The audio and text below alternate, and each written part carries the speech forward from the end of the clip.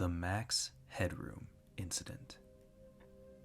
The Max Headroom Incident is one of the most famous instances of a TV hijacking in American history.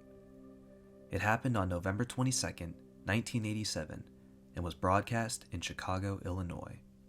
While TV hijackings aren't uncommon, this one is very popular with its strange and bizarre nature. Today, I'm going to review the incident and see if we can find any answers as to what the purpose of this broadcast was and who was behind it.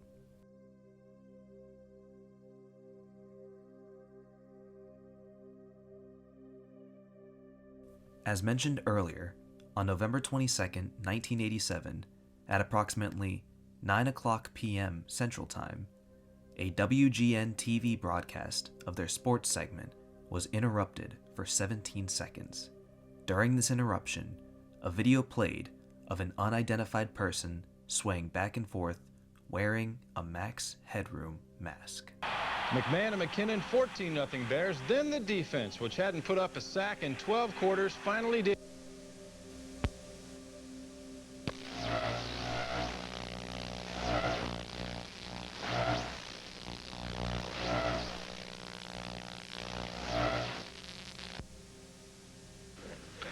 Well, if you're wondering what's happened, so am I. Actually, the computer that we have running our news from time to time took off and went wild. Max Headroom is a fictional character appearing in the Max Headroom TV series that aired during the same time as this incident. The premise of the show was 20 years into the future, television networks have taken over everything, leaving Max Headroom as the first ever computer-generated TV presenter. The series involved an actor, Matt Frewer, portraying TV personality Max Headroom as he provides commentary for a wide variety of topics. Still alive out there? Good.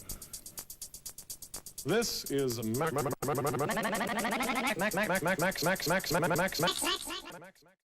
The person in this video seemed to be replicating the Max Headroom show as much as possible, even attempting to replicate the background depicted in the show. The hijack lasted 17 seconds until engineers were finally able to regain control of their broadcast tower. Not much happened in the video. All the figure did was sway back and forth with a loud buzzing sound playing over it, making it impossible to hear anything in the video. No one knew what to make of it. And before there was any time to react, a second hijack occurred only a few hours later.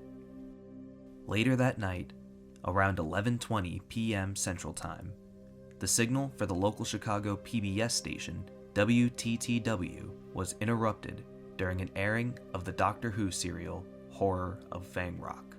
I'll get you a hot drink, miss. Nice and dry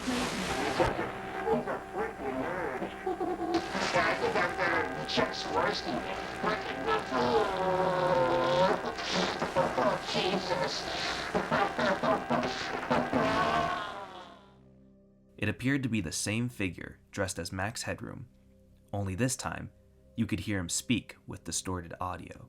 This time, the hijack lasted much longer, as at the time, no engineer was on duty to shut down the broadcast. It ran for about 90 seconds, leaving more time for the figure to get out whatever message he was trying to convey.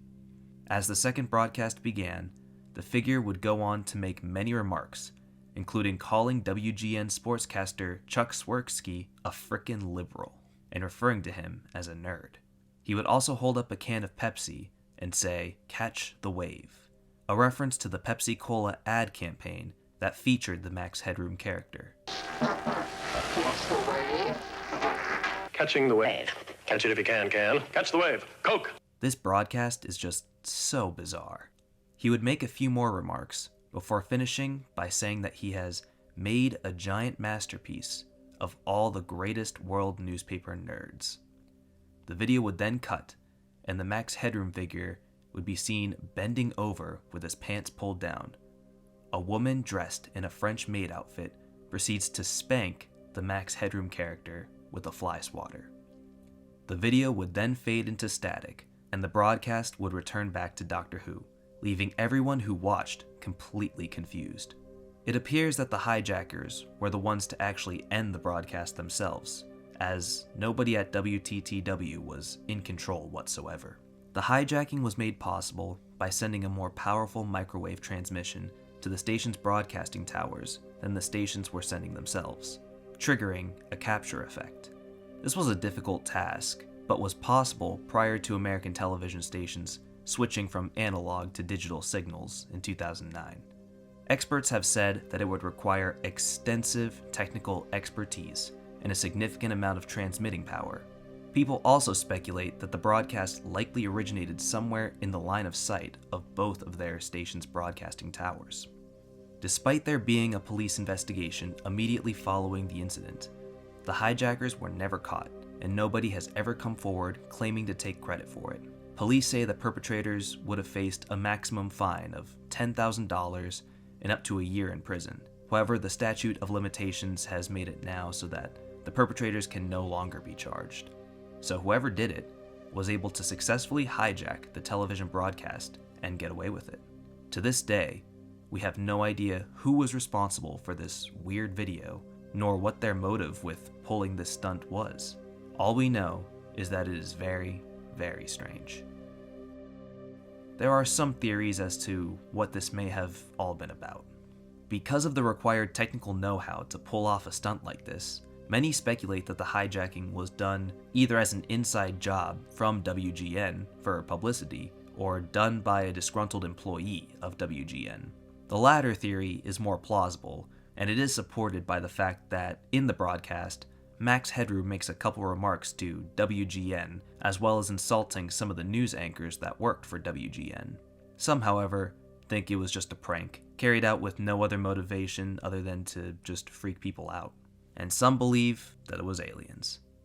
Yes, some people actually think this might have been the work of aliens, because, hey, if you can't explain something, then it was probably aliens.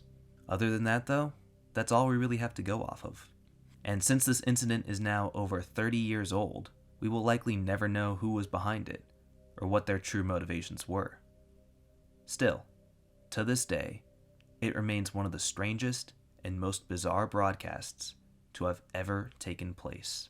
What do you guys think this could have been? Was it meant to be an attack of the network by a disgruntled employee? Or was it just a prank done to scare whoever was watching Doctor Who at the time?